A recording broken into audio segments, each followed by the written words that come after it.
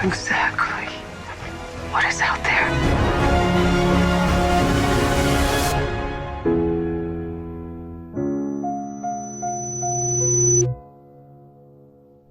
Welcome to BevanWorld, the Explosion Network's Aftershow for Westworld, HBO's fantastic show. If you're joining us on Twitch, hello, welcome. We're going to be discussing episode 4. If you're joining us on YouTube, it's great. I'm glad you're watching it. And if you're listening on the audio version, I'm glad to be in your ear holes today. Did I cover all that, Nick? Is that a...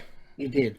Although on YouTube and audio, we will still be covering episode 4 as well. You're 100% correct. You are. You're right. As I often I am. Just thank you for clarifying. If you don't know what this is, we go into full spoilerific breakdown of the episode, cover it all, start with our initial impressions of the episode, thoughts, and then we'll kind of just go through the episode bit by bit, what happens, break it down, chuck some hot spoilers at you, some hot takes, some hot... What do the kids say? Hot takes. Thank you. That's right. Yes. I guess hot so. Takes. So this episode was called The Riddle and the Sphinx, directed by Lisa Joy. Writers were Gina Atwater and Jonathan Nolan. Although at this stage, I think Jonathan Nolan just has a part in writing every episode. Like, he's one of these... An oversight kind of thing. To some degree, basically. Yeah. Alright, what are your general impressions of this week's episode, Nick? I feel like the season's not going anywhere. I hate the show. Why do I even put myself through this? We'll get into that in a second. Real thoughts on what thoughts, I think it's the best episode this season, easily. And yeah, that's what I think. Yep. Alright, so I think it's easily the best episode this season. So far. I haven't hated all the other episodes, though. We talked shit on last week's, but even then when we talked shit on last week's episode, I was like, it was fine. Like, it was a crappy Westworld episode, to be fair, and had some bad writing, and we hated the fight scene, the big war scene, whatever you want to call that. But other than that, I was still like, this is Westworld. It was good. But something to talk about this week that we've been seeing week by week, and we've kind of hinted at it, but not addressed it as like a proper topic, is for the first 3 episodes, all I saw was people whinging on Twitter. Whinging.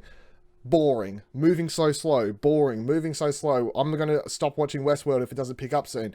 And you and me kept being like, show appears to be moving fast. Like, really, really fast. Look at this episode. This episode is episode 4. Not even halfway. And it felt like a season finale type episode to me. Exactly. Like fucking bombshell. Exactly. And even the things that we got paid off, like, we'll talk about later, like Man in Black daughter. Like, that was... I was waiting for that to be pulled out, spread that out the whole season before end of it being like, it is his daughter. Okay. Or where is Delos? Blah, blah, blah. I was like, oh yeah, they'll reveal that end of season. This episode, they're just like, nah.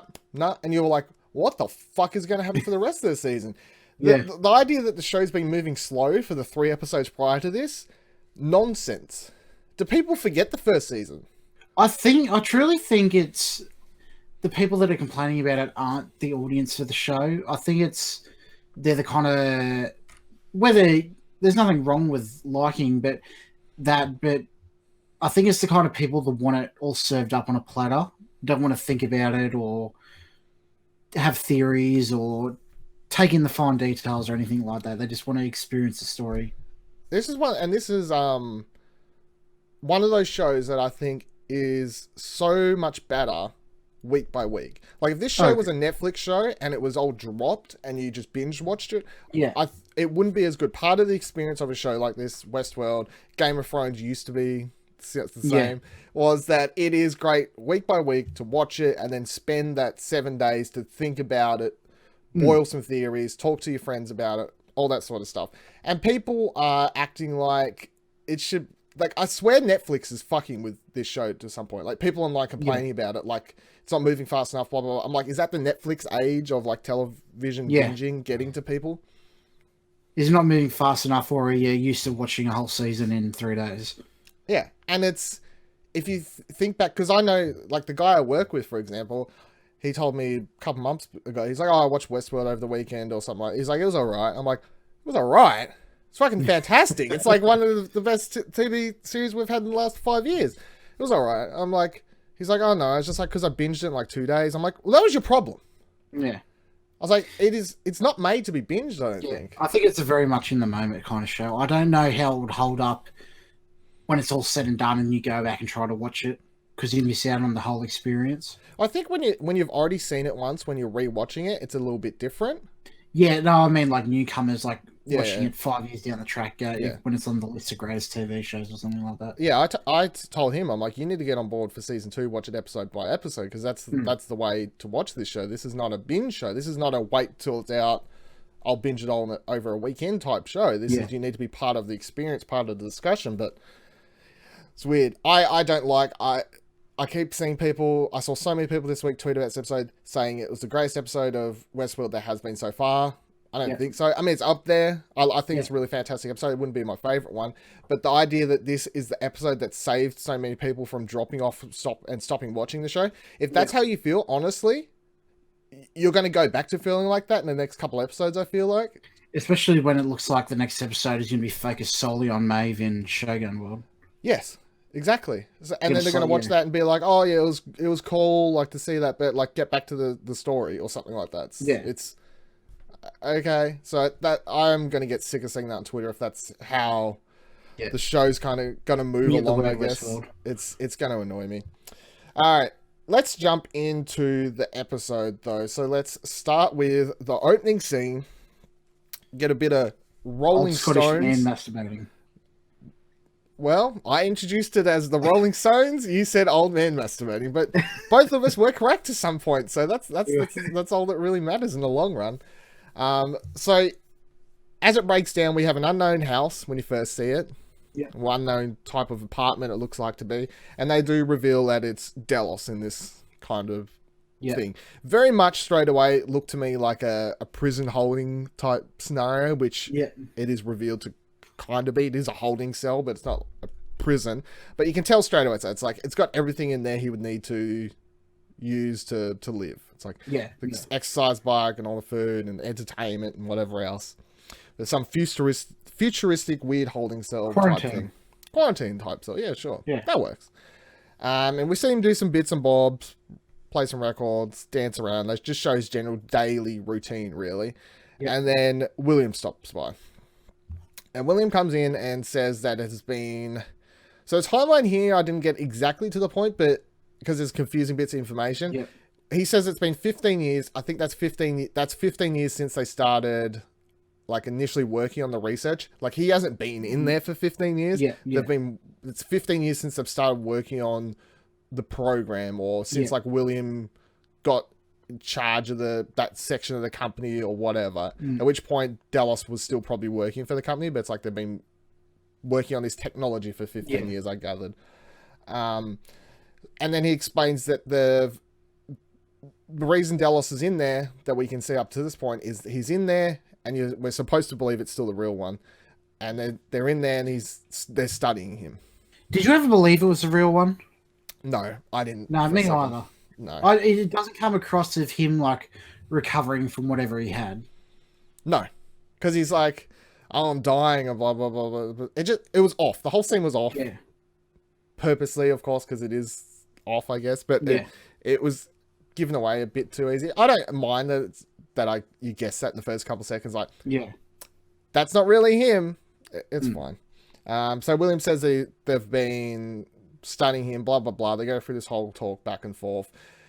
And then he presents him with the idea that they've had this conversation, or they need to have a conversation to find a ground point, like I can't remember the exact word he uses, but a point that they can use to kind of study him. It's like the Turing test, I guess, is the best way to explain it. It's like the Turing test for AI or hosts or whatever you want to call it. And he presents him with a piece of paper. And once again, I straight away guessed what it was. There was no point even trying to... I honestly had no idea. Did you I really? didn't know until it was revealed, Oh, really? I figured what it could have been, like, just a piece of paper that says, you are a host or something like that. Why would it have that? Yeah, I don't know. It just never entered my mind that it would be a transcript of the conversation. No, for some reason I was just straight away like, okay, so it's just going to be a transcript of the conversation. It's going to be a script of the conversation, whatever. And then he's just going to flip his lid straight after this. So the whole scene was really, really cool. And it was cool way to start the episode, but Yeah. none of its secrets were hitting me because I was just like, he's not real. Yeah. Fine. It's still cool though, and the guy I don't It's have good that name, they also finally revealed and confirmed that they were working on that kind of thing as well. Yeah, which we need to talk about a bit more later because that was another Yeah. theory we've had the last couple episodes. Is it's been like, well, what are they trying to get to? What's Man in Black trying to get to? Blah blah. Blah. Yeah. And we're like, oh, it's a facility where they're holding Delos. It's like, Yeah. oh, that was wrong. No. It's episode 4. Theories are wrong. Theories are going out the window. Like every episode, every week, show's moving so slow that my theories are getting thrown out weekly. Nick, that's how slow this show is moving. Fucking snail's pace. I want it thrown out midweek. So after this scene, we cut to the present. Man in Black. Straight away, what hit me here is I was like, oh, this is cool because the previous episode to this, it was just all. We noted that we didn't see Dolores or Man in Black or anything like that.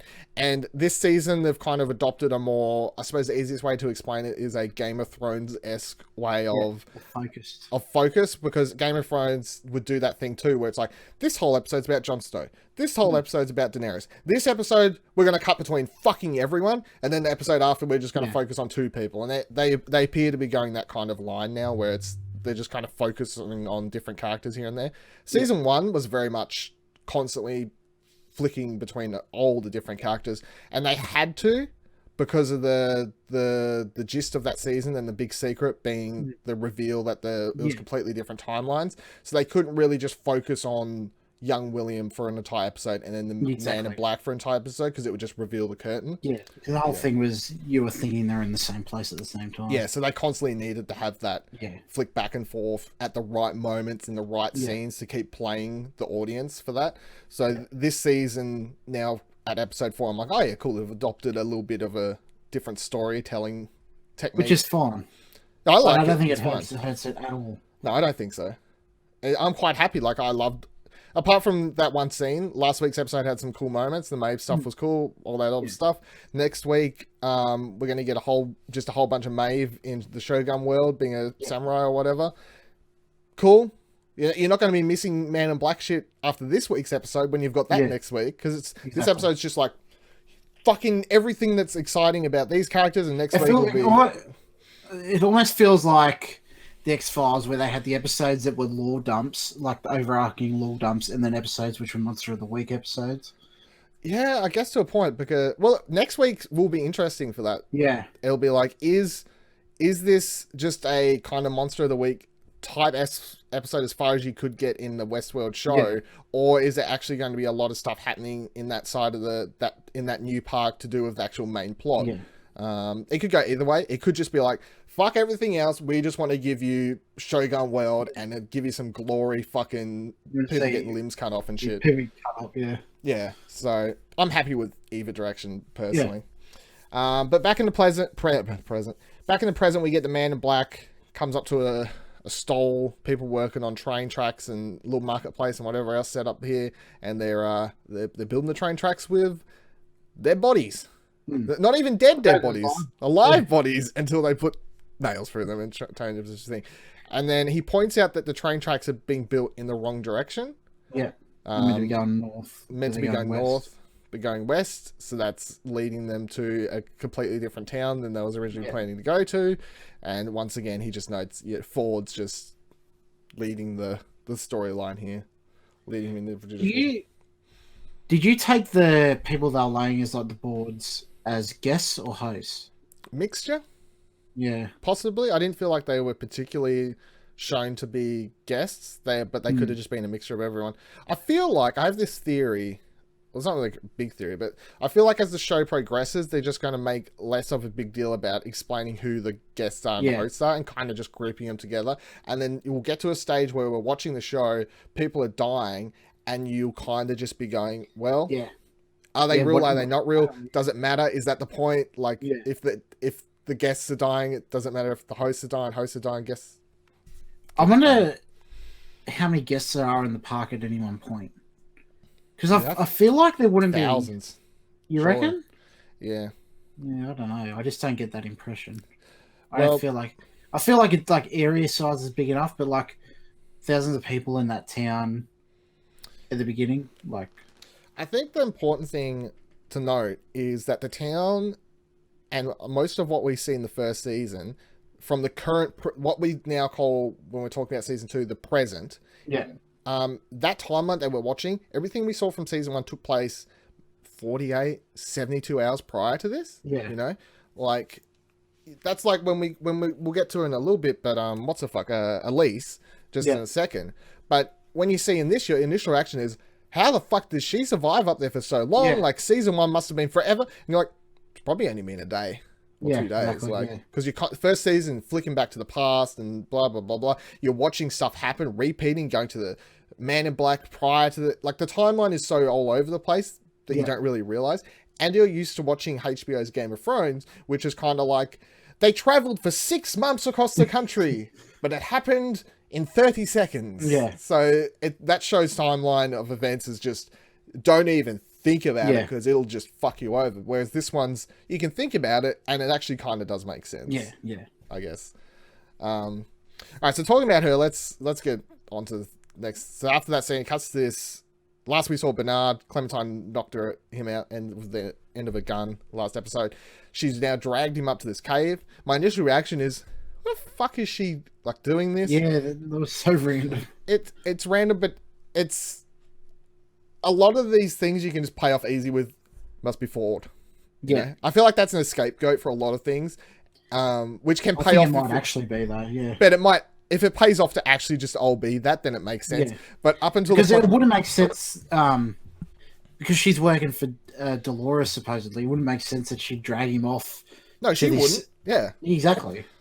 Or she would have ordered her to fucking do it. And she didn't say shit. She wasn't in character. Yeah. She was just kind of in drone mode. Yeah, she was drag in him up drone to mode. here like it's an order. Let's go. Walks off. See you later. That's what I was programmed to do. But they do have this in scapegoat until they give us all the information of kind of just being like, must have been Ford. Could have been Ford. That's their way out for a lot of it. So Clementine drags Bernard up to this cave, and then he walks up into it, and that's where we see Elise. I was very happy because I loved her in the first season. I think she's a great character. She stood out amongst the characters from the first season just because she was that kind of irrational kind of character, where everyone else is very professional, you know, business suits, just talking very business-like, blah, blah, blah. Even Bernard, end of glasses, you know, like, Elise, everyone, the other girl who got killed, very professional, like, and she was always kind of like this techie out to do stuff, had personality to her, a bit uppity. So I really enjoyed having her back. Glad to have her back in this season. Don't know how long she'll last, to be honest, but it will be interesting to see how long she lasts. But yeah, so her line is, you dump me up here, Bernard, with like a couple granola bars and something along that, like a couple energy bars or something.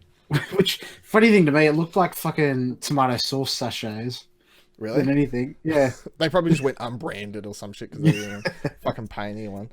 So then Bernard sees a past version of himself when they're all talking about. He starts flickering. This is when the episode gets into him, starts flickering. He starts freaking out.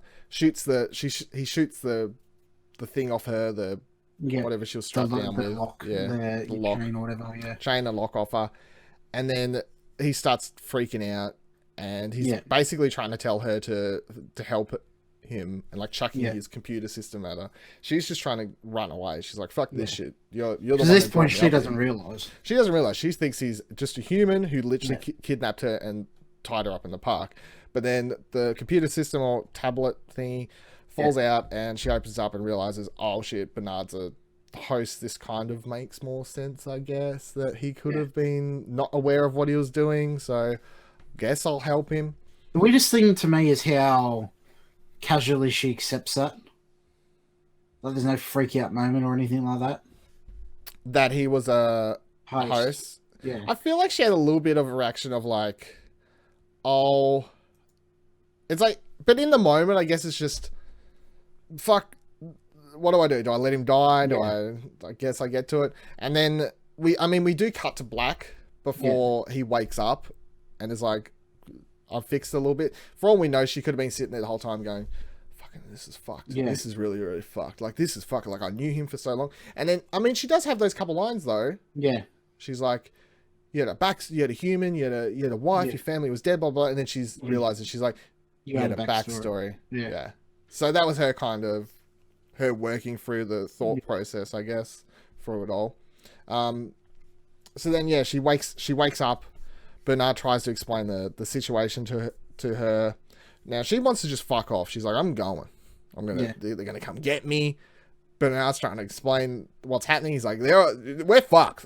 Yeah. They're not coming for us. Everyone's off the chain. Ford's fucking dead. Shit's on fire everywhere. Just don't. Yeah. We're safe in our little cave. Please don't go anywhere. And then she says to him that if he doesn't get help soon with the brain fluidy stuff, that he's basically going to be fucked for forever. Whatever fix she did to him was a short-term fix. And then he has another little bit freak out moment, and this time he sees a past version of himself when he came up to the cave on what we'll just refer to as Bernard drone mode, which is like when Ford's ordered him to do stuff without his personality intact or whatever. And he came up there, and there's a secret facility in the cave. And they go up, find their way inside the secret facility, and there's just people murdered everywhere. Yep.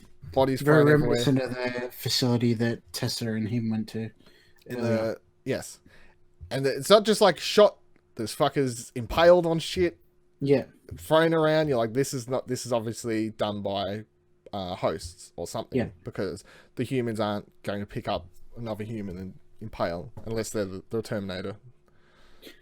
Jumping forward, you know how he went in there and ordered the hosts to do whatever, and then they killed themselves. Mm-hmm. I don't remember seeing any of those dead hosts lying around. No, like someone's come in and cleaned it up afterwards. Yeah, it was just the bodies and not the hosts. Yeah, and also, the thing to point out is, so straight after they walk in, Elise spots a drone host who freaks out, starts running at her, she shoots it. Now, when we see the flashback later... He doesn't start running at her until she raises the gun. Oh, yeah. Because he goes, if you're not threatening, it won't harm you. Yeah. Won't harm you. But she raises the gun at it, drone host then starts running at her, and then she shoots it and it dies. So at least we do know the drone hosts do go down fairly easy. Because when we first saw them, I was like, I'm going to be like... In fact, I almost wish we hadn't seen them, because seeing more of them and seeing closer inspection, they more look like a person in a suit than opposed to a host without like a skin. Yeah, well, that's what it is, really. It's just a host without... but it doesn't look like that. The way it moves and the shape of it kind of looks like it's a suit over a person. It just took me out of it. It probably is. Yeah. So.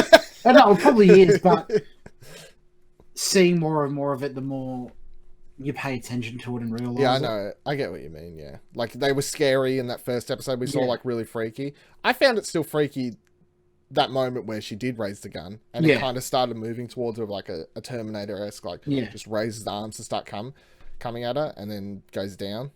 But that, tying back into what you were saying, in the scene later in the episode, where, of course, whatever he whispers... The drone host kill all the humans. I saw a picture. It's a subtitle and it says "Execute Order 66." Hail Hydra.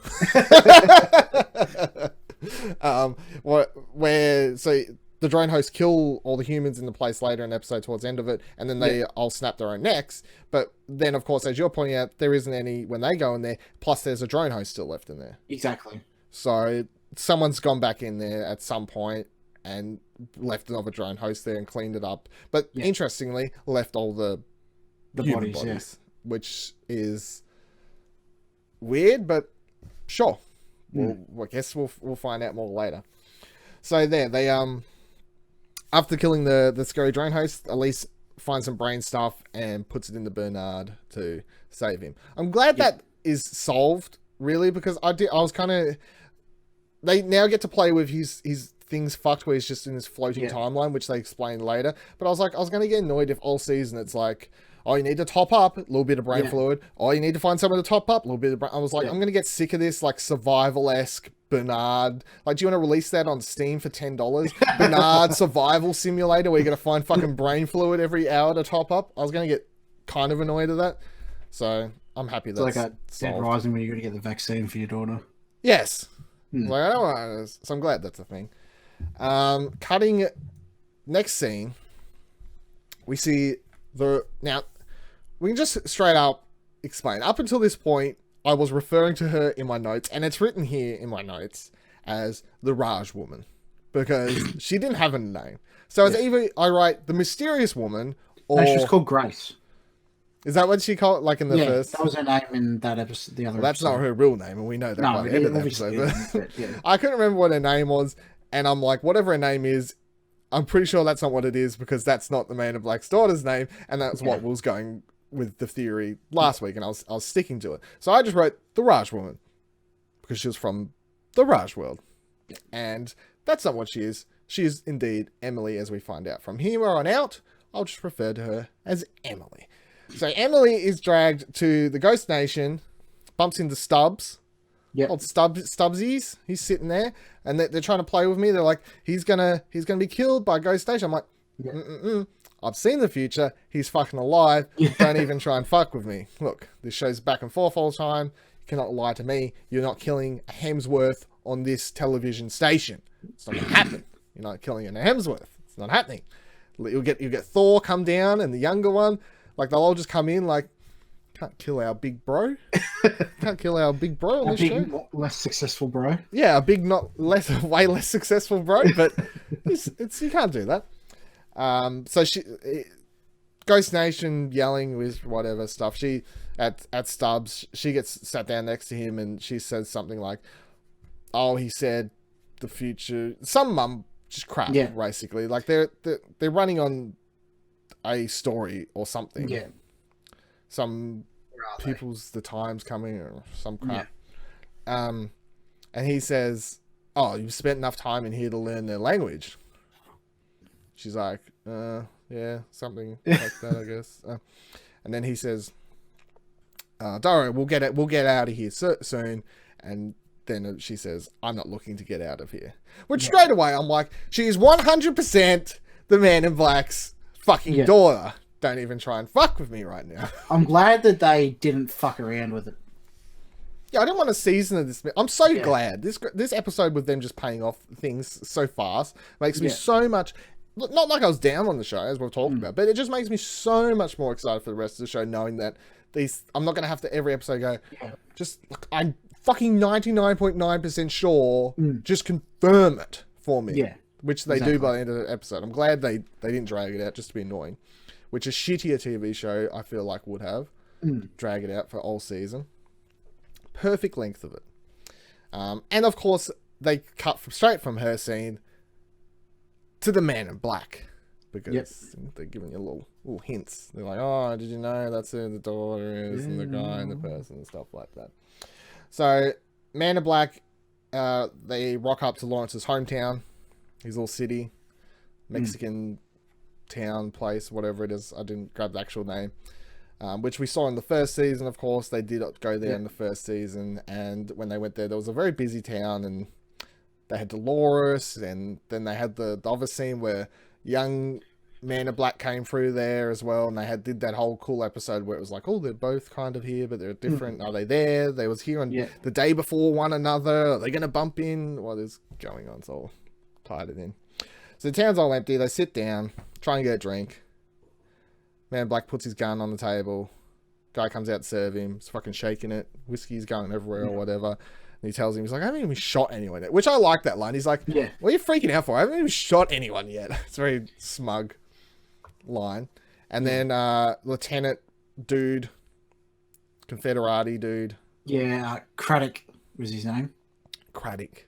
Yeah. Is it? Okay. Yeah. Craddock comes out and he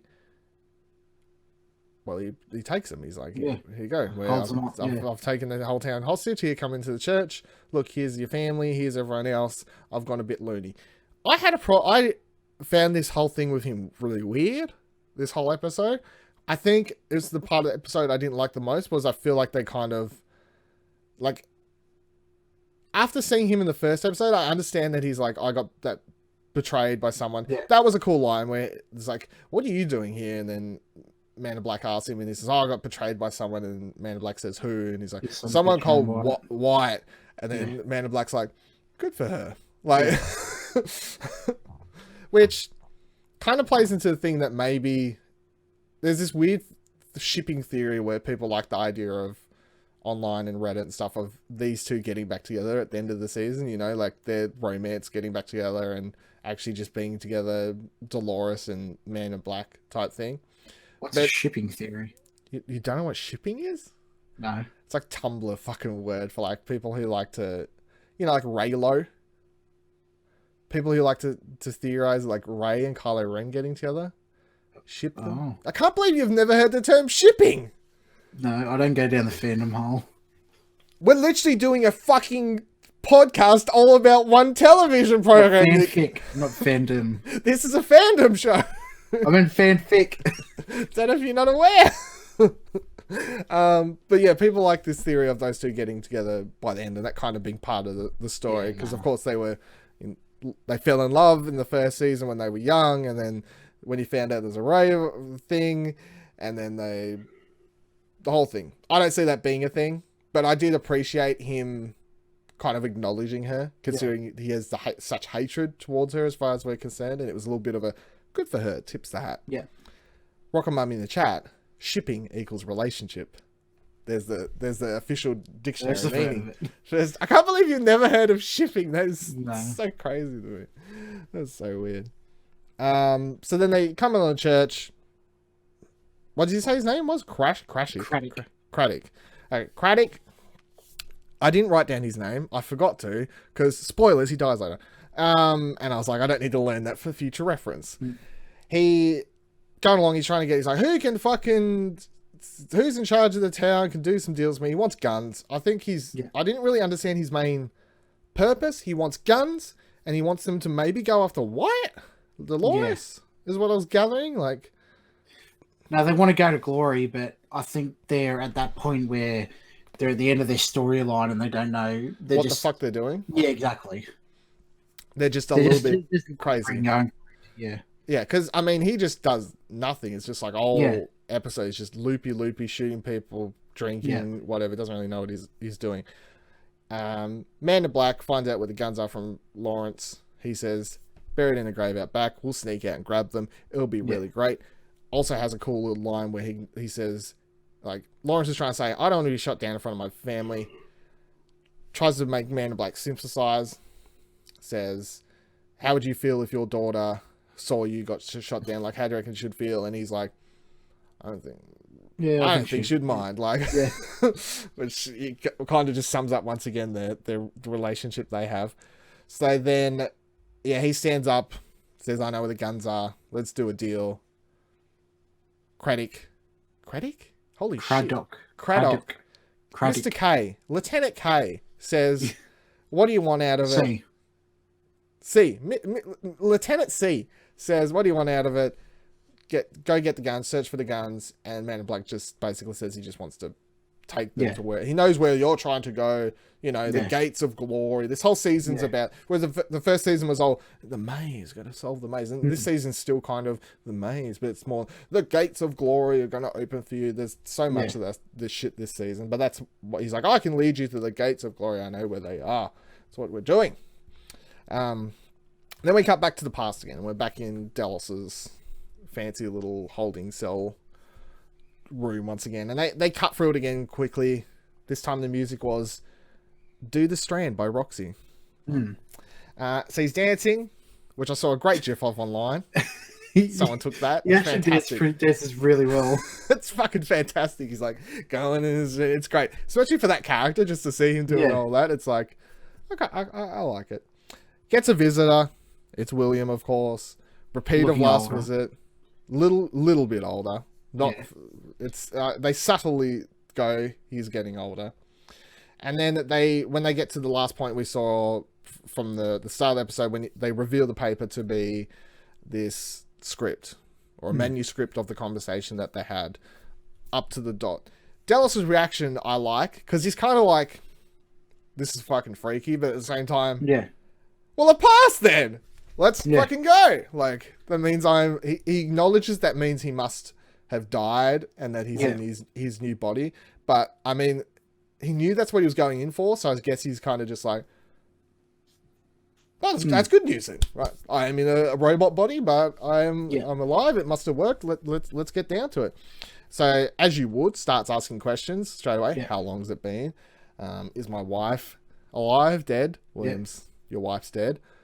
Oh, that sucks, I guess. But you know, like it's we can move out with it. And blah blah blah. And he starts freaking out. William says, "We just need to keep you in here for a couple more days to keep a watchful eye on you, make sure everything's okay." Delos is saying, "No, I'm fine. I can get out of here. I just need to get some fresh aid." Yeah. What? So what? For fresh shade. And then William's like, fresh air. You need to get some fresh air. And then I like how Delos has this kind of face of, okay, like he's having a stroke. Yeah, he's having a stroke, but at the same time, he's kind of he's like, okay, I do need like a couple more days, maybe. Yeah. Like he doesn't like freak out, which he does later in the episode. He's just, he's like, I'm having a fucking stroke. Yeah. Yeah, I kind of need a couple more days. I guess I'll go sit down. It's fine. I'll wait a couple more days. William then says that he'll be back tomorrow, and then they reveal the facility that he's in. So he walks outside and they reveal that they're in this kind of see-through, well, this glass that they can see him from one side, and then Delos is in this room, and there's someone watching over it. The lady that appears on the screen every time we see it that pops up and says, "Yeah, we've got a visitor." She's outside on the computer system. And then they I don't think it's a computer. I think she's literally standing up against the double-sided mirror. Oh, really? Yeah. Oh, that would make sense, actually, if they just, like, the technology just gets rid of that much of the glass so that she can see. That makes perfect. That's actually, that makes sense. That's cool. I didn't think about that. Probably right. But she's like, what are we going to do? William says, terminate it. And I'm like, oh, he'll just drop dead on the ground. They're just going to terminate his brain. He'll drop dead on the ground. He stops moving. Yeah. And then they burn the whole fucking place. Yeah, I think it's a bit extreme. Well, I was trying to think about, like, why would they want to do it? I suppose it's contamination. Something could be touched or moved in a certain way, or I don't know, the smell. Like, we don't know. I suppose that they have smell if we're going to believe they're creating realistic humans. So then they bring in the new one, and he's like, who did that? That smells like someone else. It's not quite me, or something. I don't know. So it's just safer for them to. It's very reminiscent of last year's Prey as well. The beginning section. I haven't played it. It's really good. It's also a similar kind of thing where you're in this observation thing, very similar to that. I've done it in a few future. I've seen trailers for Altered Carbon, and I think it's like same sort of stuff. No. Kinda, no? Whatever then. Just whatever. You'd know if you watch good TV instead of this shit. Yeah, this shit that takes too long to get anywhere. Fucking, am I right or am I right? Alright, so they burn the whole place up, and then William walks out, fucks off to wherever he's going.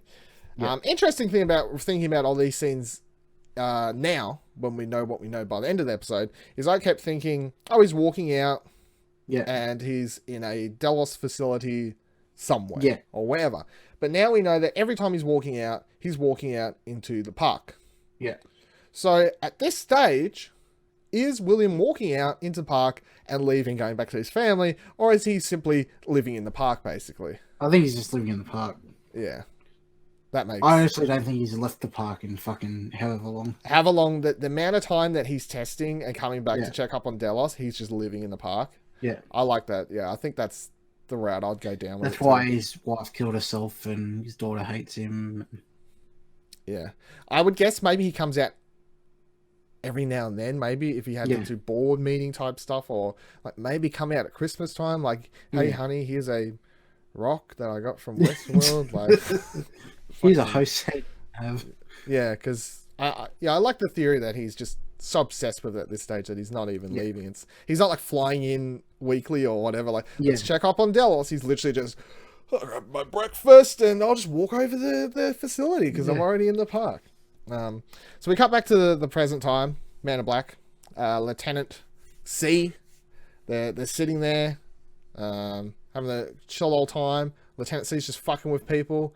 The barman's trying to pour a drink, a little shaky, like we saw him before, going a bit crazy. Lieutenant C's just because he's a psychotic motherfucker, is just like, hey, I'll pour the drink, I'll put it on top of the back of your palm, I'll make you walk 12 paces, and if you do it, then cool, I'll just shoot you anyway. Yeah. Which he does. He shoots him. This scene is just like, he's crazy, guys. He's fucking crazy. If you didn't know this dude's crazy, here it is. This one of those scenes that I was, okay, I got that he was crazy. I didn't need to see the full extent of this. It's a point. His role in this episode is to give the Man in Black outside perspective on how he has acted, because he went into this town, I'm pretty sure, in the first season and acted very similarly to this.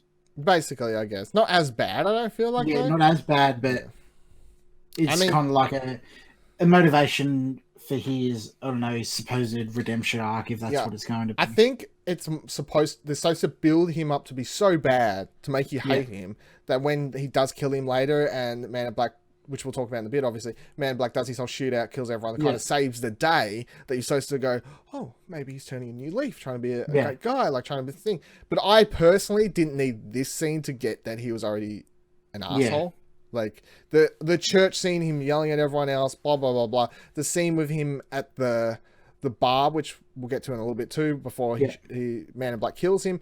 Simply have him shoot one random person there, just be like, hey, bang, shoot someone. If that's what you really want to be like, he's psycho, guys. I didn't need this particularly 5-minute scene for him to shoot the bar guy.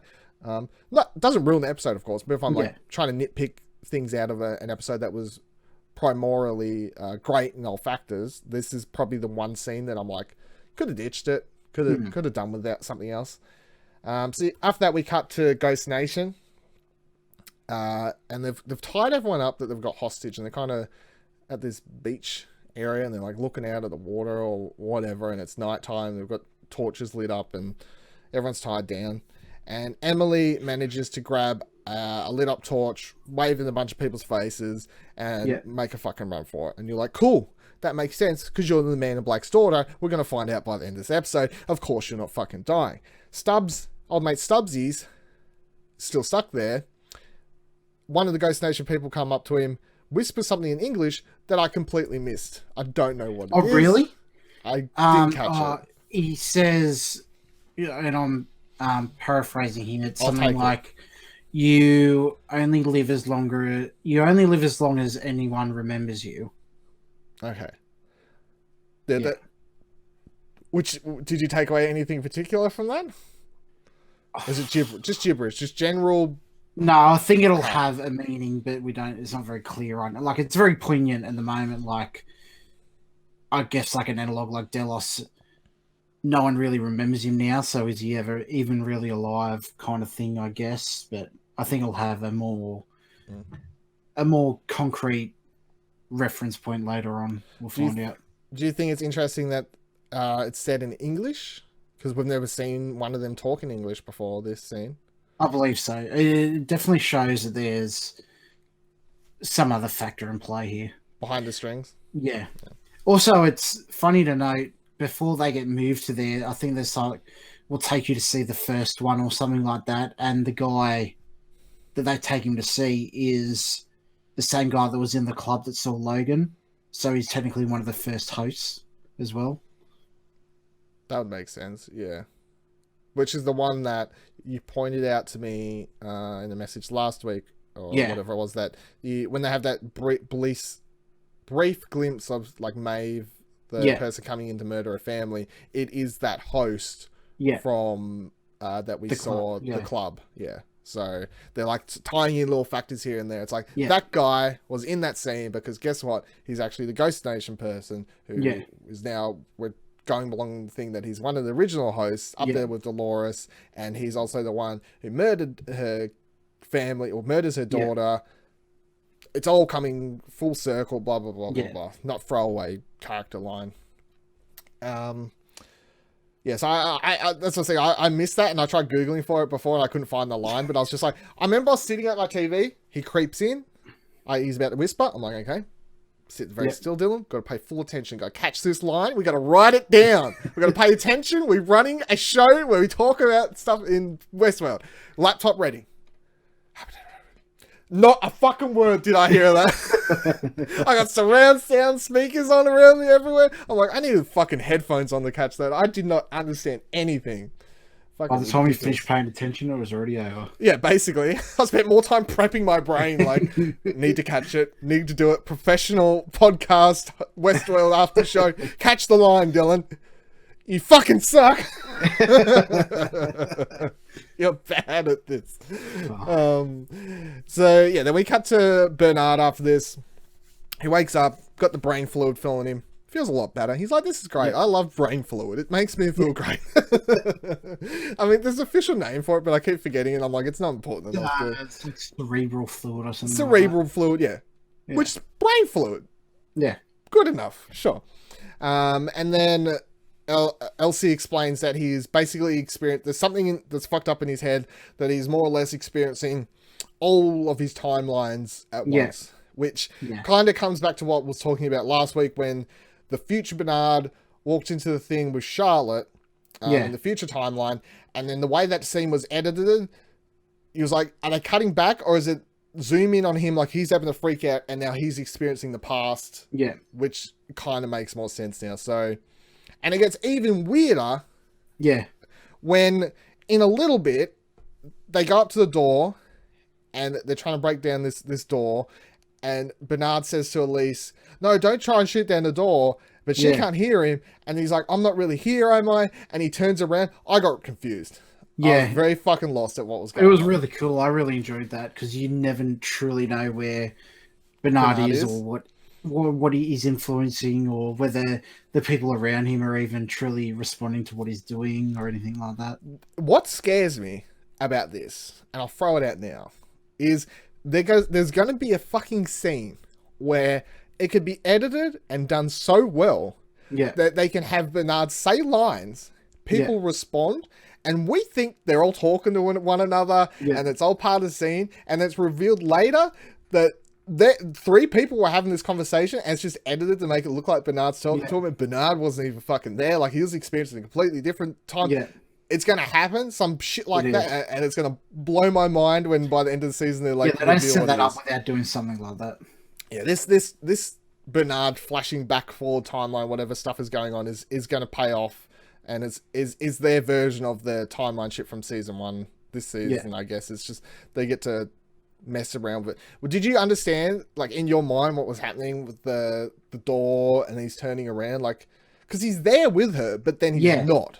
So he's there, but he's not. He's experiencing his memory, but he's also...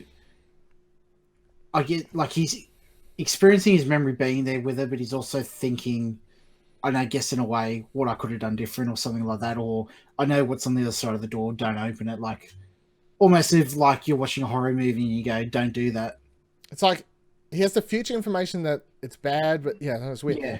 Rocker Mummy in the chat, is the park actually abandoned and Bernard is just wandering around remembering shit? End of season reveal. Westworld, a show with a show about a host with dementia. That makes for a really great poster. Is another thing. So I mean, his timeline stuff. That was the one thing this episode where it's like I'm watching it and my brain's kind of just going, I don't fully grasp what's happening. Please send help. And it's the 3 episodes prior to this on my notes have been very easy because it's just like, this is happening. Here's my theory about this. I'm just like, Bernard is flipping his shit and I don't understand what's happening. And even now, looking back, if you go back and watch the other episodes, you're thinking, is this happening? Is this what actually happened? Is it different? Is it... Oh. Exactly. So now I'm scared going forward because any scene with Bernard in it is untrustworthy to me. Yeah, it's like what I said last week. He's an unreliable narrator. Very fucking unreliable. And you, as a viewer, you get trustworthy. You know, you're used to watching TV. What you see is what you believe. You sit back and you relax. You're watching it. You're taking in information. And this is part of the television show. It's a very Jonathan Nolan thing too, because he also wrote Memento, and it's very similar to this kind of thing as well. Yeah.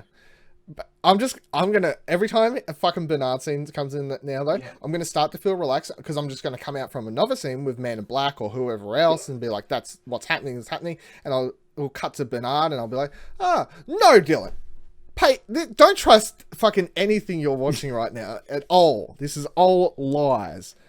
All right, so we cut to Man in Black back at the thing with Lieutenant C. Yeah. Lieutenant C's just fucking around. Like, he starts yelling at...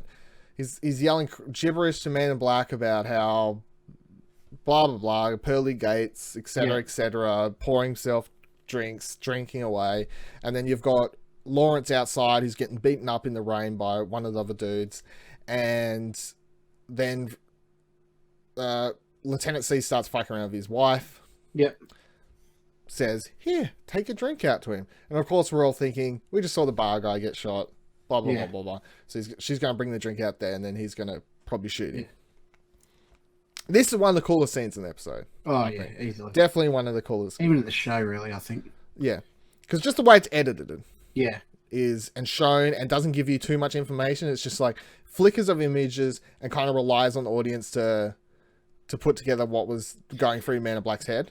Also, when it flicks to an image, it implies that his wife cut her own wrist in a bathtub. And then but previously in the show, he has said that she took the wrong pills and fell asleep. Or something like that. Yeah, it was made out to be a very, she just popped some pills, or she was a druggy, or... Which plays into a theory that I'll go into shortly. Yeah, so we'll go through the scene first. So, Man in Black starts getting annoyed with this what his images he's seeing is a woman out there, Lieutenant C's yelling and screaming, blah, blah, blah. And we start seeing these flashing images of stairs, woman in the bathtub, flooding of the bath coming along, what seems to be a quick shot of someone running up the stairs, or the sounds of someone running up the stairs. And then the last shot of it all is kind of this arm just hanging off the edge of a bathtub with blood seeking off the side of the wrist, blood or water, of the arm, and then there's blood in the water. So quickly going, okay, someone cut their wrists in the bathtub. And since they then cut to a shot of close-up face, very much implying this is what's going through his head at the time, the assumption is, and I think it's hard to argue anything other, that he is flashing back to images of his wife's death. Yeah. Which, as you just said, means that whatever we've heard before this was a lie from him. Yeah. And that she did just straight up commit suicide by cutting her wrists. This is a lie. Go. There's a theory where they go to where Bernard flashbacks into the lab where they're building brains and stuff, that it's the Man in Black is actually a human hybrid host, and this whole thing is a thing set up by Ford. It's kind of like a Turing test. Yeah. For him to overcome that plateau thing that they were doing. I saw this theory. Love it. Hate it, but love it at the same time, because it's just absolutely insane if that's true. Because Ford's whole thing was to them getting sentience, and he said it was the whole thing about their memories and the whole thing about them becoming sentient. They needed to withstand the repeated trauma and stuff like that to build up, I don't know, whatever is required to them to become sentient.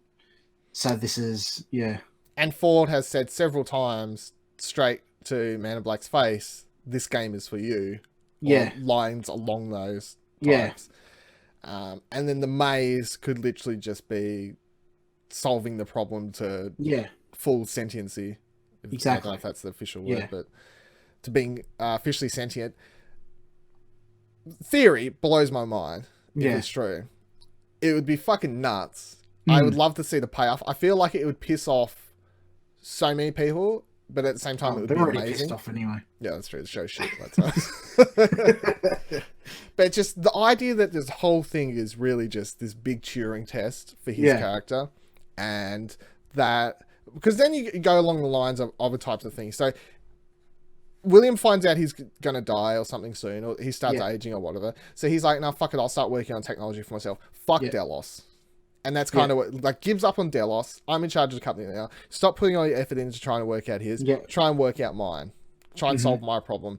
And then you can see the same sort of thing with that happened at Delos happening with William, which is that, like, he doesn't think he's a host or a robot or whatever you want to call it, an AI. he would just still think he's himself, because that's what Yeah. we've seen happen with Delos. He doesn't know. He doesn't realize he's being tested. He doesn't realize he's going through this Turing test. Yeah. And then there'll be if it's true, and it would be great, would of course be the moment where it's revealed, would be he'd probably bump into Ford, I would presume, and then Ford would say something to him and kind of reveal the situation. Yeah. And it would be like, oh my God, that'd be insane. Great theory, though. And I think it's plausible. Oh, anything's possible at this point. Well, I mean, there's some theories where you're like below 50%, 30%, you know.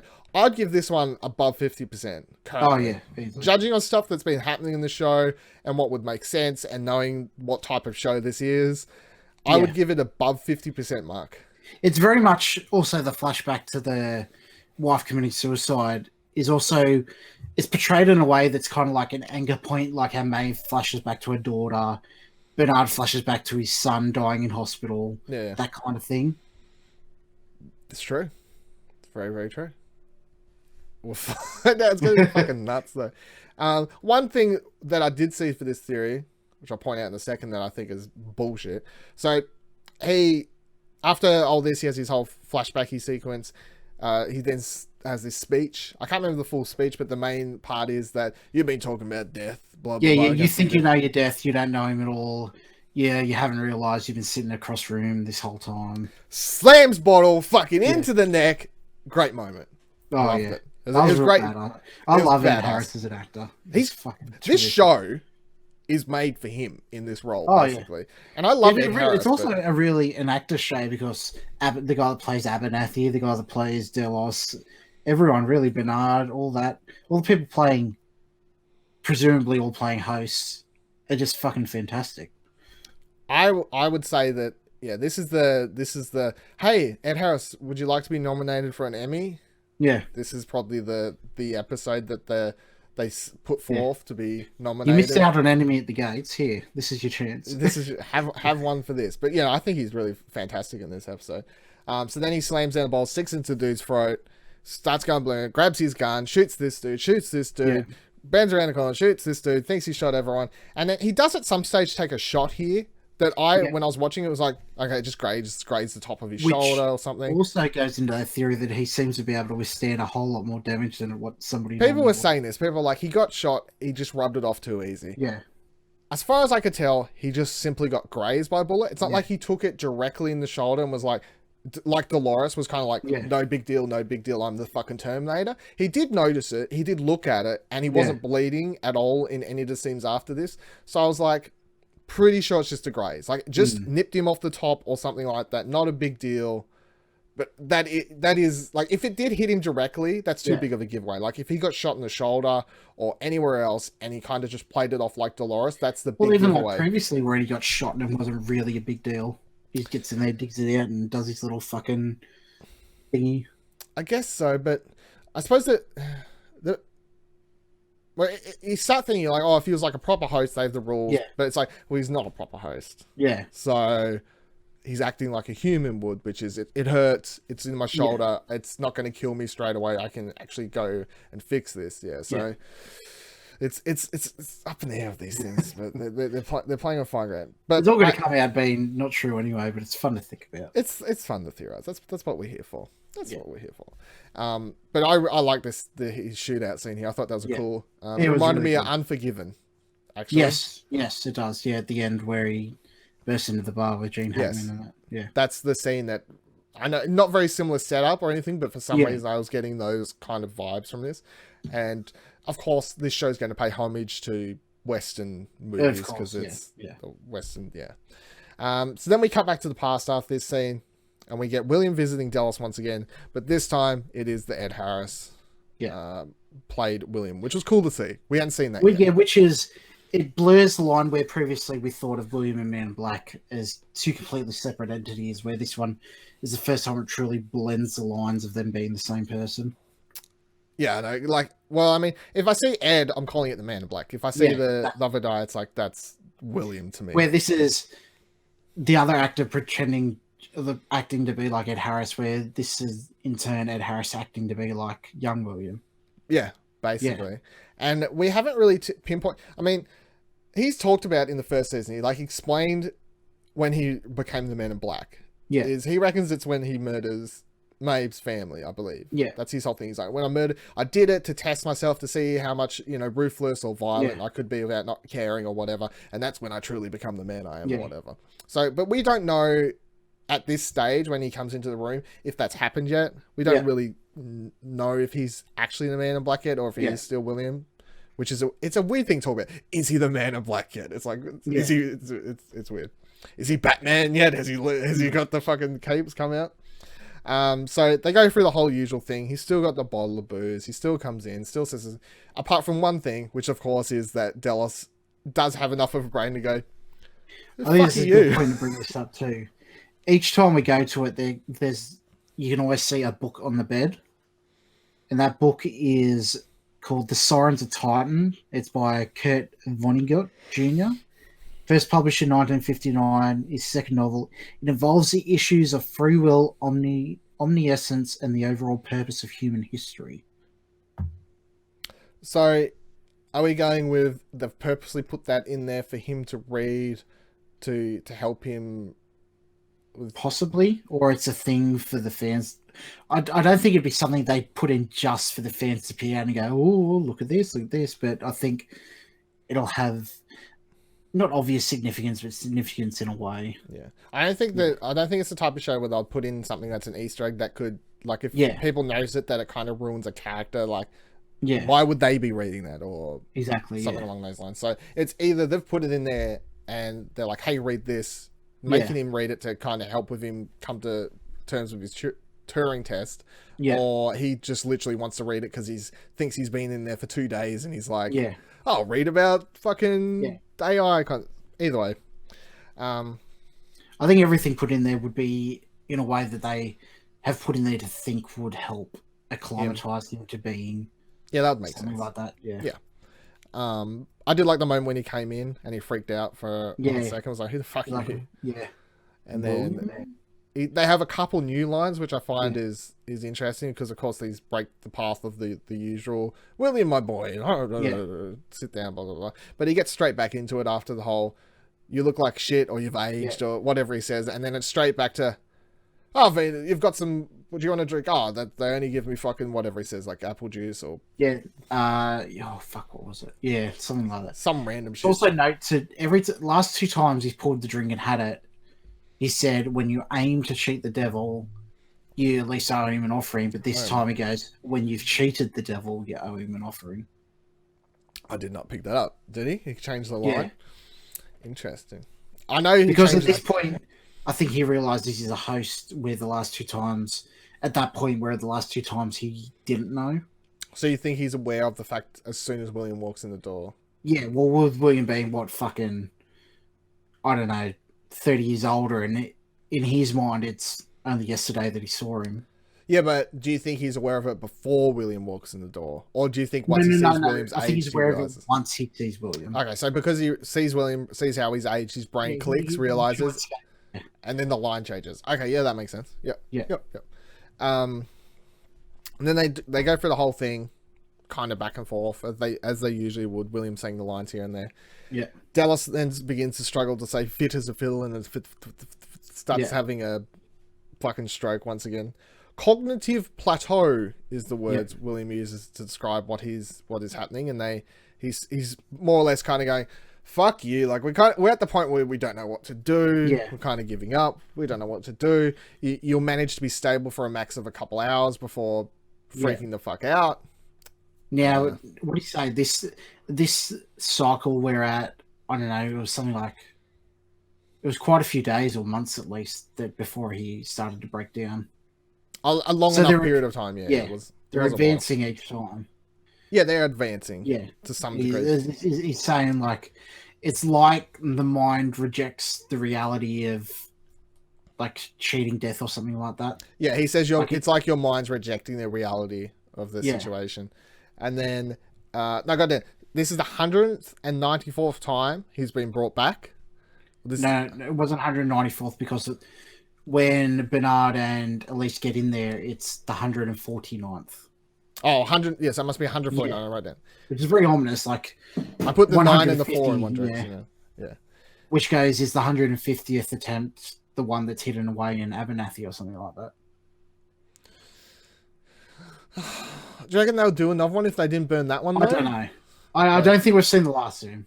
I don't think we've seen the last of him either. Yeah, it's like there's a version of his software in the body. That doesn't mean that because this version dies later. No, I'm saying he's cognizant in Abernathy, but there's like the more advanced version in him. Yeah, or the data of it or whatever. Yeah. Then Williams. So this is like the turning point for William, kind of, because like he's kind of more in the downward spiral now, and shit's going to crap in his life and all that. He says people aren't meant to live forever, which before this he was very much, we'll make you live forever. It'll be great. Like, this is what we're going to do. Technology's great. In truth, people prefer the memory of you than the truth itself. He just starts straight up shit talking Delos, being like, you're a cunt. No one likes you. No one listens to you at all. People didn't really like you much. No one fucking cares anymore. Man in Black, Man in Black / Williams starts just breaking down the situation and what's happening, more or less not giving any fucks anymore to try and even play along with anything. Explains that Juliet, his Man in Black's wife / Delos' daughter, she killed herself. Straight away he does say killed herself. So we got him saying, do that? It's like, and then he says, why would you do that? Like, what did you fucking do to it? Like, he starts building up more and more and more. And then this is the moment, this guy gives a fucking fantastic performance. And this is really great because my heart started to break in this scene. He stands up and it's a dude hurting in pain. Just found out his daughter died, found out that shit's not going right for his project. You've got someone here just shit talking more or less, and he is a guy who stands up and his first thought is to call out for his son. And he just starts, Logan. Like, he's just yelling his son's name over and over and over and over again, asking for help. Another fucking fantastic performance, much like we got last week with Abernathy, that dude giving a fantastic performance as a host, kind of breaking down. This, once again, it's like, I'm feeling this, but it's a robot. Like, like, why do I care? But that's the kind of the point. We also find out that Logan had overdosed as well. Yeah, they explain Logan did just overdose himself. Cuts out the theory that we had last week that he was giving himself antidotes or anything. So that crazy theory, chucking them out. They can't all Two theories have been cut out this series. This episode. So it's like Logan overdosed, killed himself years ago. Blah blah blah. Fuck this shit. Then William gets up, leaves. Delos is trying to basically charge out with him. Starts chucking shit fucking left, right, and center, smashing stuff around there everywhere. And then the other thing worth pointing out is you could tell straight away before Ed Harris entered the scene that it was years later, because the person whose face popped up on the screen, it was a different person. I was straight away like, okay, new person. This must be quite some time later, and it was. They walk out, speak to that person. They're like, hey, are we going to terminate him? And William says, no, just leave him for a while. Like, it might be good for tests. But really, I just think he's not like, I can't wait to come back to see the tests next week. He's just like, fuck him. Don't give any shits anymore. It's a fucking robot or whatever. Just let it do whatever it wants. And that's how he was. We can piece together the pieces of what happens in a minute of what happens, but the important thing is that Man in Black doesn't order his termination, and that's exactly what we find Elise and Bernard walking to when they enter the room. So Elise, and this scene is scary. This scene is fucking great. This scene was like a tense. It reminded me of something like a fucking Hellraiser or something like that. I thought it was just fantastic of how horror-like and tense and scary that scene was to a point. So Elisa Bernard enters the room, and when it cuts to we see red at first. You don't really know. It could be any fucking room. It looks like all the other rooms for a moment. So they walk in. Then you see the camera shot kind of revealing that, oh, there's the facility that Delos was in. And the lights are flashing, and you get closer, and you can see shit in there is just messed up, fucked up everywhere. And I'm thinking like, okay, so they never terminated that one. Like and then you start thinking straight away like, is he still in there going crazy? And then Elise is like, there's someone in there. I'm like, oh no. There. Don't go in there. You're like doing the proper horror movie thing. Like, no, don't go in there. I don't want you to go in there. Please, no. You do get kind of confirmation that they definitely didn't do another when they walk past the computer screen for a hot second, and you see 149 written on it. And they go in, and Bernard walks down to the end of a corridor room, and he finds the dude that was in charge of the computer system, whatever, like dead in the corner. Yeah. The one who was left there. What? That was weird. Why the fuck would he go in there? Why is he in there? Like, you see this fucking human host hybrid going nuts in there, destroying shit, doing all this kind of stuff. Oh, I better waltz in there and see what's going on. I don't think we'll ever find out because I don't think it's important No, it's enough. not that important, but it doesn't make fucking sense. It's the same as like, why did those dudes help Maeve or anything like that? Yeah. You know, I guess it's you can just put together the pieces. Maybe he starts begging for help. Maybe Delos starts crying, or just like letting her, like, I just want my son. I just like, I'm so alone. Like, help me. The dude seeing it looks like a human. The brain gets tricked, starts freaking like, I'll just go in and help him, and then Delos like fucking kills him. Like, that's how it plays out in my head, or some variation of that, I guess, which would make sense. And then the creepiest fucking scene is that Elise like then sees, and they have the shot of someone on the bike again, like we'd seen in other shots, but this time it's winding backwards. Yeah, going backwards. Yeah, he's going fucking backwards, which is like, I get it, to like the symbolism of him trying to rewind time, I guess. But it's just fucking freaky. And then he gets off the bike, and he walks up to the glass, and you see his face is just cut up to pieces. It's like all sorts of fucked up. He starts mumbling shit about he can see down through to the other end or whatever, and it appeared like he had holes like straight through his body, like he's just like straight dug out sections for shits and giggles. Like, I wonder if I can dig out, what if I've got a heart. Let's see if I've got a heart. Let me just dig out this entire, which I suppose you go insane being in there for however long. Let's presume it's at least a year or a couple years or something. Like, it's obviously not like 10 years, but I'd stick at least a couple of years. Go a bit insane. Dug out parts of his body. And then the one part I didn't like is how, like, Elise straight up shot the drone host. Was like, this thing's coming at me. Bang, dead. Shoot it a couple times. Delos starts coming at her. Got holes in body, face is all covered. No, don't move, don't come back, and then doesn't shoot. And I'm like, come on. Elsie, sorry. Come on, Elsie, fucking get your shit together. But Bernard luckily comes in at the last second, gets into a bit of a Terminator fight, saves the day, chucks him out of the way. I was like, go Bernard! Never knew you could fight before. But apparently he can. Well, he strangled out that other chick. Killed the other chick. Yeah, but that's like when he's activated in Terminator mode, not like when he's in control of his own self. Rockamummy says maybe she's related to him somehow, hence the hesitation.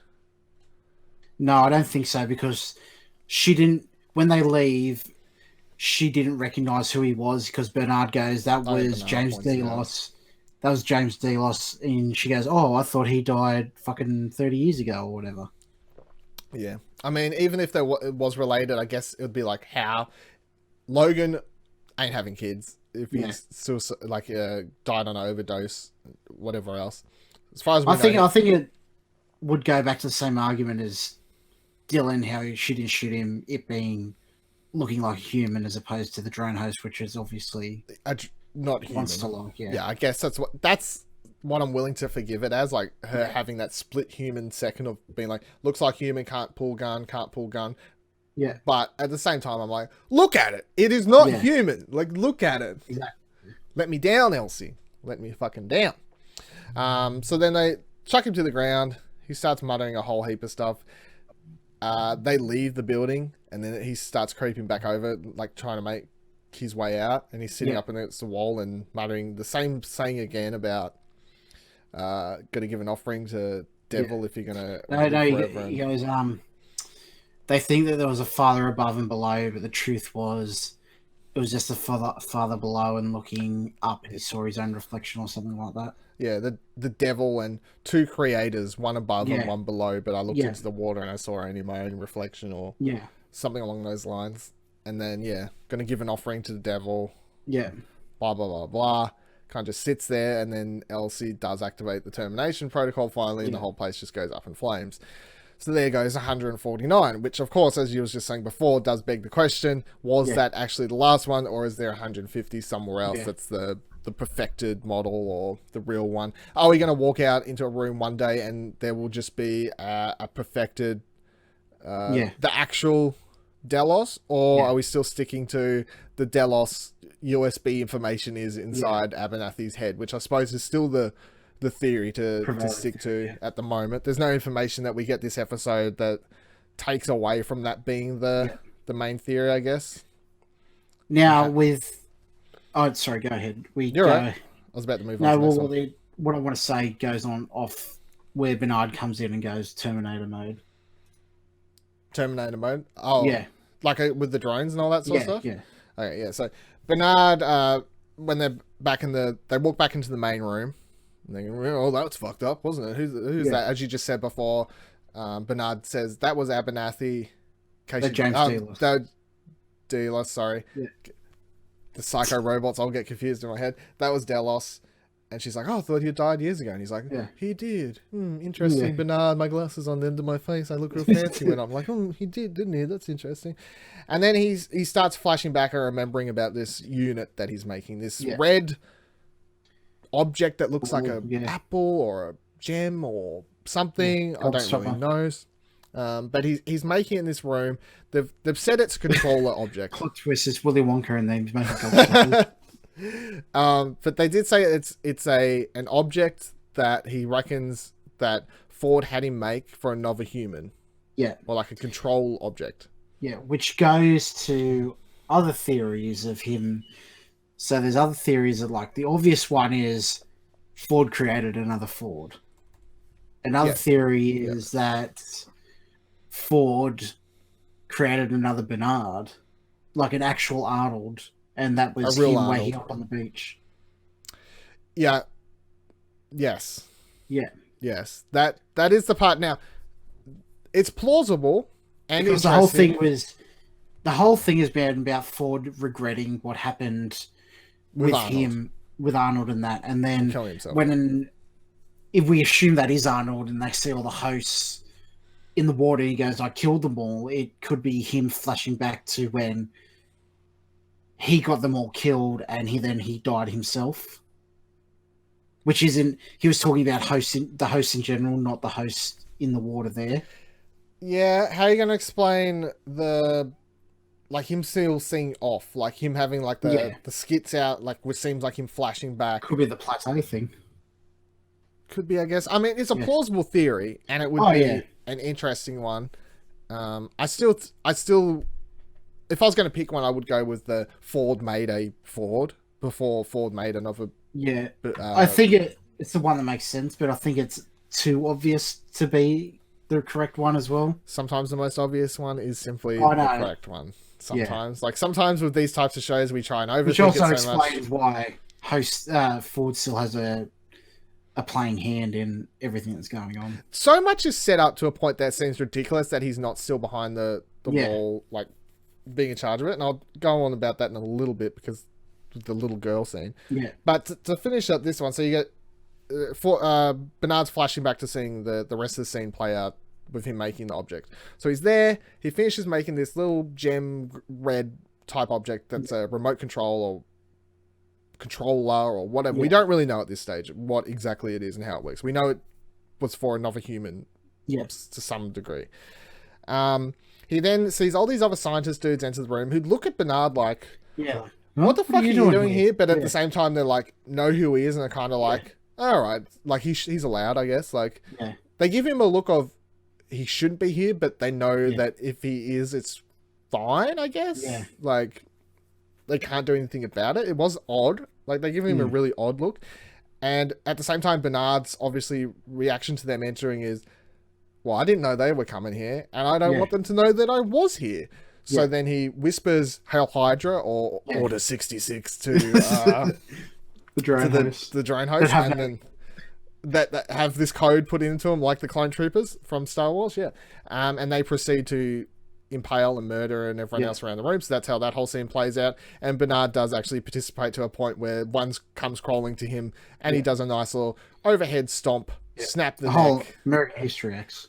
Yeah, basically. American History X on the side of the curb there on his neck. Snap goes the spine, neck spine there situation. Then all the drone hosts just grab their own necks, snap, drop dead. And then he comes back to the real reality of the situation. And Lisa's like, Elsie is like, you good, Bernard? He's like, yeah, no, I'm fine. It's fine. So the whole thing with him and her is that even though she asked him early in the episode, like, you wouldn't lie to me anymore. Like, you wouldn't hurt me, blah, blah, blah, blah. But Bernard is like straight up just lying and not telling her stuff. And which it begs the question, how much is Bernard still under the influence of Ford? Yeah, I mean, that's the thing. Like, is everything that's happening with him... Because he still keeps being like, I'm not under Ford's control at all. Like, Elsie, you can trust me. Like, I'm my own person for once. Yeah. But the whole show, we're just going to kind of be going, is literally everything he's doing up until this point part of Ford's plan? And it kind of is, because if you're going to assume that Clementine dragged him up there, then everything that happened in that room was basically what Thor wanted to happen. Exactly. He wanted him to find Elsie. He wanted them to find the room with Delos in it. They wanted all this to happen, and it's just Ford behind the scenes still. So why do you think Ford wanted his own copy and then everything else destroyed? I think it was because he was working on the same sort of thing separately, and he found out that William was doing his own, like, kind of secret project. Well, I mean, there was all those lines. Like, if you go back to the things from first season, the amount of times that people would say stuff to Ford about Delos having secret projects, and he's just every time be like, they're not doing shit in my park I don't know about. Like, I know fucking everything. Which, at the time, I remember watching season 1, like, I could believe that they're doing stuff in the park that he doesn't know about. Like, he can't know everything, surely. But the thing about him bringing Bernard up to this cave and pointing it out, this was a cave, a secret facility that Ford wasn't supposed to know about, obviously. Yeah. This was a Delos facility that Thor was not supposed to know about. Because it goes back to the line in the first season where they say Westworld is something different to the guests, something different to the shareholders, something different to the management, something different to... Yeah. That one. And Ford is basically the all-seeing god of the place. And it is really hard each episode as we get more information, more hints at Ford, more all this sort of stuff, to not believe that he is going, either it's before the end of the season or season finale, Anthony Hopkins just walks around a corner like, hey, I'm back. Yeah. Kind of thing. I think it's down to the two leading theories, that either the Man in Black's a human hybrid host or Ford created own human hybrid host himself. Has to be, yeah. I mean, that is the main story of this season so far. It is like, it is going, the first season's all humans. This season is Turing test shit about putting real brains into bodies, living forever, hybrid type stuff. So someone has to be in that scenario, and that has to come to fruition. So cutting to the last scene, we get Man in Black saying goodbye with Lawrence to his family. He's like, oh, I'm going to help him see the rest of the trip through. Thanks for saving the place. And maybe two cousins with the donkeys want to come along too. They want to come on the trip too for some fucking whatever. This will be a real great. And everyone in the town's kind of like, oh, Man in Black, thank you. That's great. Thank you for saving the town. Which is, as we were saying before, it's supposed to be this whole redemption arc type thing for him. And even he looks a little bit chuffed at himself. He's like, I didn't do too bad, did I? It's very good. Thank you for... He's still adamant saying that he is not doing this. I forget exactly what he says, but it's along the lines of like, I'm not doing this to be good or anything like that. Yeah, he does say that, but at the same time, he seems a little bit smug about saving Old Town. He seems the whole smug about it. And then the daughter of Lawrence, one of the kids or whatever, runs up, and it's Ford speaking is the easiest way to explain it, I guess. And she says, you still don't a bunch of stuff, but then she says, you still don't understand the real game we're playing here. If you're looking forward, you're looking in the wrong direction. Yeah. Which, so William is trying to, Man in Black is trying to get to this object, which we're presuming is the thing we saw in a flashback that he was showing Dolores, this big facility or something that has been described as a weapon. Yeah, and that's where we're presuming Dolores and him are trying to get to, whatever that is and whatever that contains or happens to be. What do you think that Ford is trying to say you need to look inwards? Is it like, or backwards? You think it's like look more towards your past, or is it more like look inside yourself to your heart and soul? Yeah, I think it's, in my mind, it's the maze type of situation where he needs to sort out for himself whether he is, if we're going with the whole he's the human host thing, that he needs to try and figure out himself whether, I don't know, he's alive or whether he wants to be alive or something like that. Yeah. Because it doesn't fit into it, but it's also when he says when he went to Delos the last time, he goes, I don't know, something like, we shouldn't have brought you back and me either, or something like that as well. Yeah, I'm going with, because they tie it back in, because we've got Ghost Nation sitting there. Yeah. We've got Maeve wanting to find her daughter, which ties into Ghost Nation, of course. And then we've got him trying to redeem himself, becoming a better person, get out of being Man in Black once again, become William, which ties into Ghost Nation, which ties into Maeve. How Dolores ties into that storyline or that scenario, that cross section, she doesn't really, as far as I can see. But I mean, you can put her there and have him save her as well to some degree, like make up for all the shit that he did to her as well, I guess.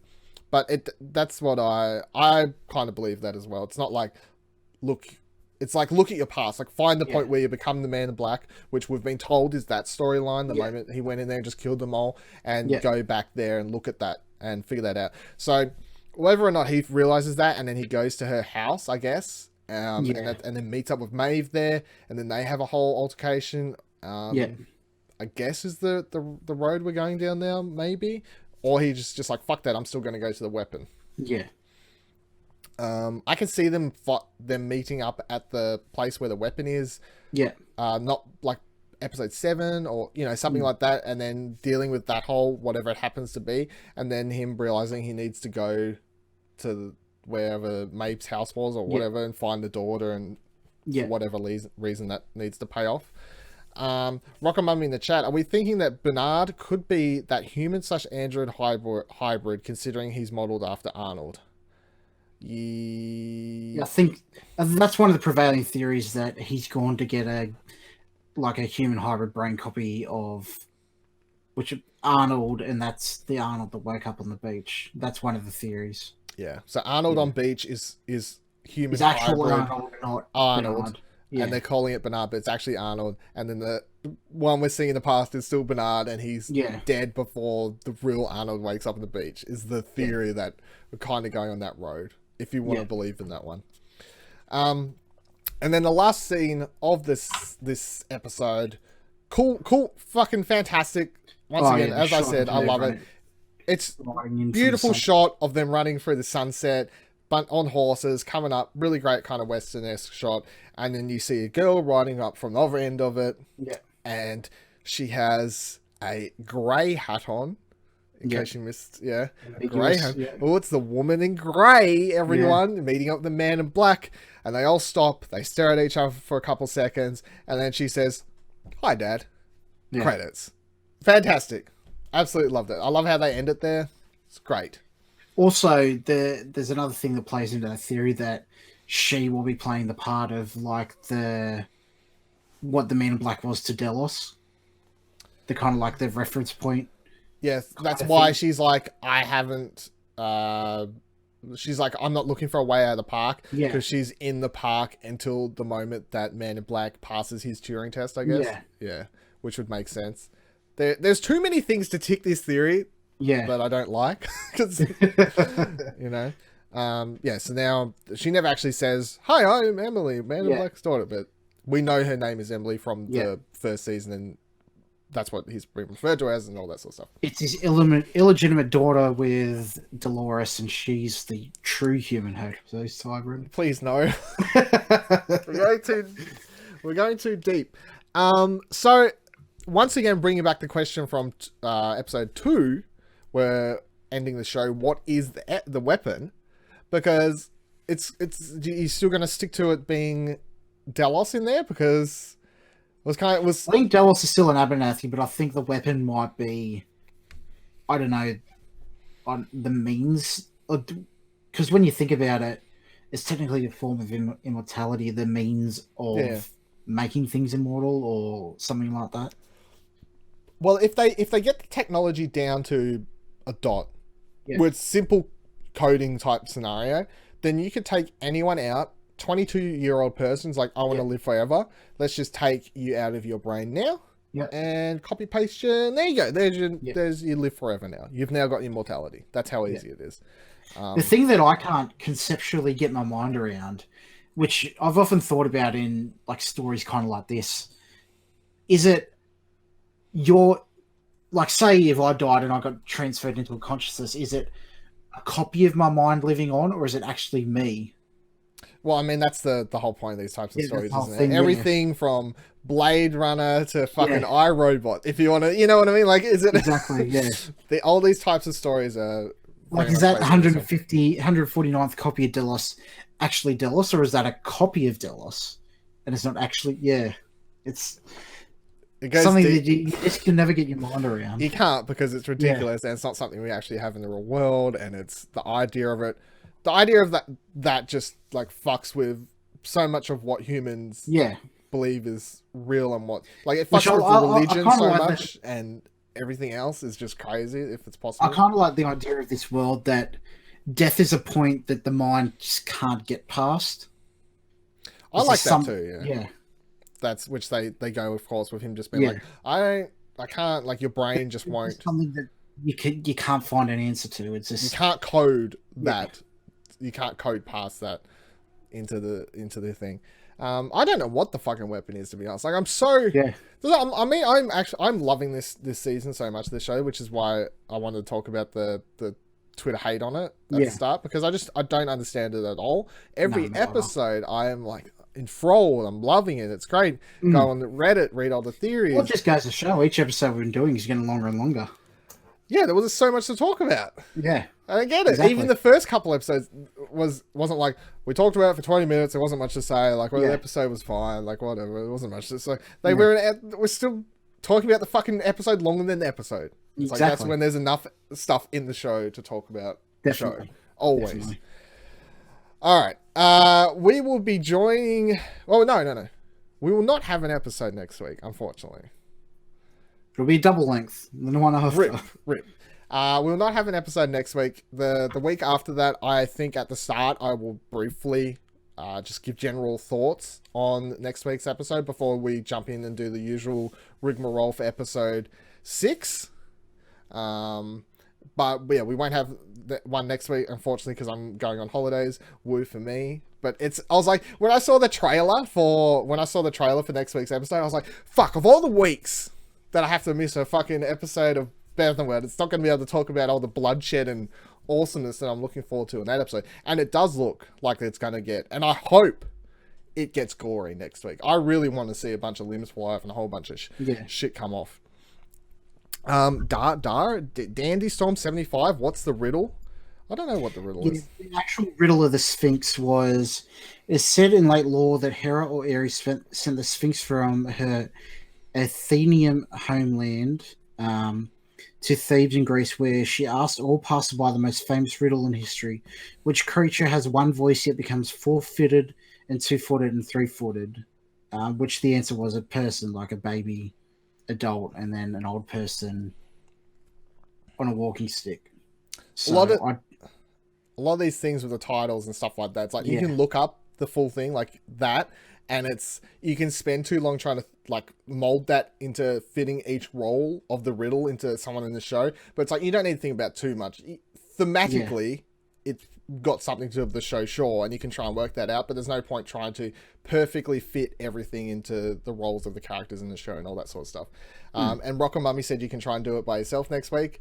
I would love to see that if that happens. It would be a shit show. It'll be great. But yeah, we'll be back. So we'll be back in 2 weeks' time for some more BevanWorld, some Westworld discussion here on twitch.tv/Explosion Network. The other thing I meant to bring up too, the title of next week's episode is literally like "Welcome to Shogun World" in Japanese. In Japanese, Yeah. I saw that on Twitter or someone too, which I was like, that's nice because it's not It fancy. sets a or precedent. You won't be disappointed if it's just all Shogun World. I'm not. It looks fantastic. Costumes, the design of the world, everything like that. I am 100% down for next week's episode. And just reading about how much detail apparently they've put into it, and they've spent a bunch of time on it, unlike the Raj world. So I'm really, really excited. So once you get, so twitch.tv/Explosion Network, you can watch BevanWorld, chat along with us when we do the show. If you're watching on YouTube, then you leave some comments down below, tell us about your theories for the show, or make sure to head on over to Twitch when we're doing the show live. You can find out when we're doing it live by heading over there and looking into the little information boxes, or head on over to our Twitter, which is @ExplosionPod on Twitter, which we'll tweet out when we're doing the show. It's usually a day or two after the episode has aired. If you're listening to us on the podcast form, you'll find links to all the things that you need to care about in the description for this here show that you're listening to. It's fantastic. Nick, if the people want to follow you and tweet Westworld theories at you, where can they do that? Lord Empire, PRIOR. And remember, hit that subscribe button, ring that bell, and fucking smash that like button. You can follow me on Twitter @VivaLadil, VivaLadil. Go follow, subscribe, and ring fucking bells wherever you need to or whatever. Thank you for joining us. Until next time, bye-bye. Bye.